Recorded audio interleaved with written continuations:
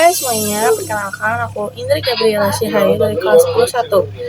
Aku dari kelompok 4 akan menjelaskan tentang wilayah sumber daya alam dan peran strategi NKRI dalam politik internasional.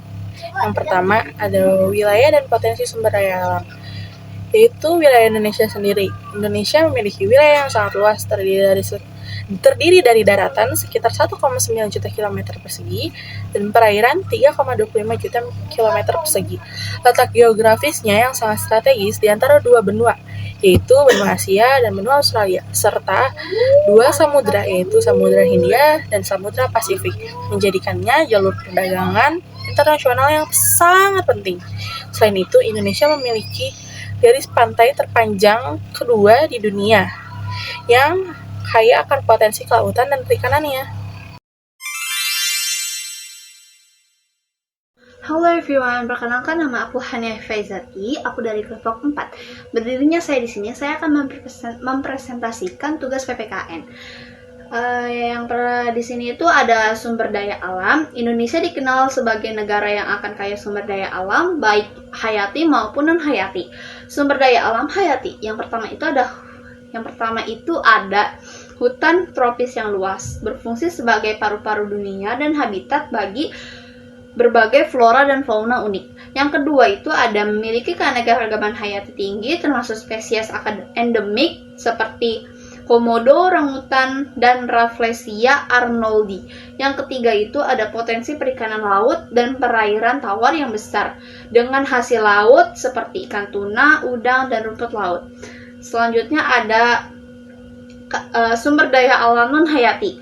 Yang pertama ada Indonesia kaya akan tambang seperti emas, nikel, batu bara, minyak bumi, dan gas alam yang menjadi sumber ekspor utama. Dan yang kedua ada potensi energi terbarukan seperti panas bumi, tenaga surya, dan hidroelektrik semakin dikembangkan untuk mengurangi ketergantungan pada energi fosil. Terus selanjutnya ada peristiwa alam. Yang pertama itu ada keindahan alam Indonesia menarik wisatawan dari seluruh dunia. Yang kedua memiliki gunung berapi aktif, pantai eksotis, dan terumbu karang terbaik seperti di Raja Ampat dan Bunaken. Sekian, terima kasih, bye-bye.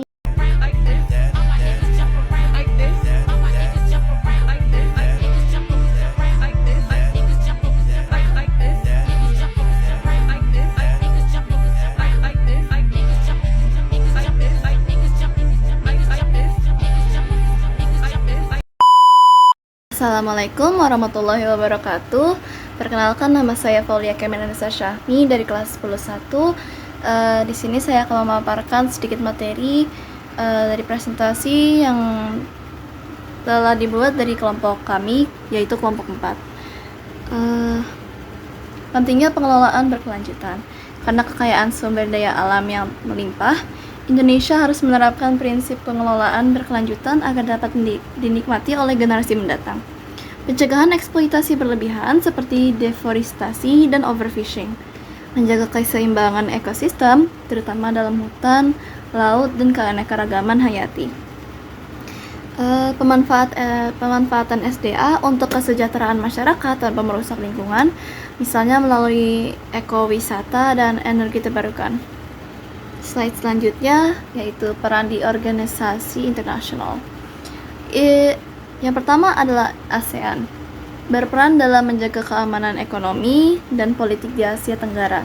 Indonesia sering menjadi pemimpin dalam berbagai perundingan ASEAN.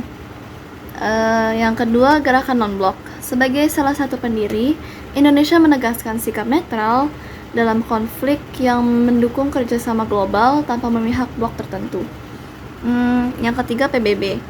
Indonesia ikut serta dalam misi perdamaian seperti pengiriman pasukan Garuda ke berbagai negara yang mengalami konflik. Itu saja dari saya. Sekian dan terima kasih.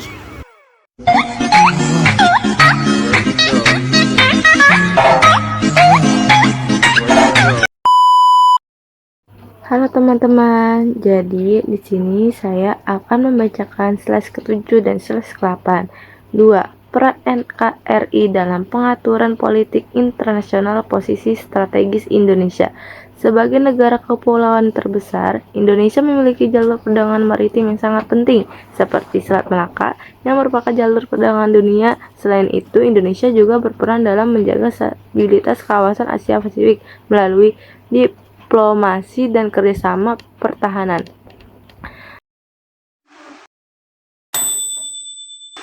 Kontribusi global Indonesia memainkan peran penting di tingkat internasional dalam berbagai bidang. Ekonomi dan perdagangan Indonesia merupakan anggota G20, kelompok negara dengan ekonomi terbesar di dunia. Produk ekspor utama meliputi minyak sawit, batu bara, karet, tekstil, dan elektronik. Kerjasama perdagangan dengan berbagai negara seperti China, Amerika Serikat, Jepang, dan Uni Eropa. Diplomasi dan keamanan Indonesia berperan aktif dalam penyelesaian konflik internasional, misalnya dalam isu Palestina dan Myanmar, memperkuat hubungan bilateral dan multilateral dengan berbagai negara untuk meningkatkan stabilitas politik dan ekonomi. Lingkungan dan perubahan iklim, Indonesia memiliki peran penting dalam konservasi hutan hujan dan mengurangi emisi karbon. Berkomitmen dalam berbagai perjanjian internasional terikat perubahan iklim seperti Perjanjian Paris.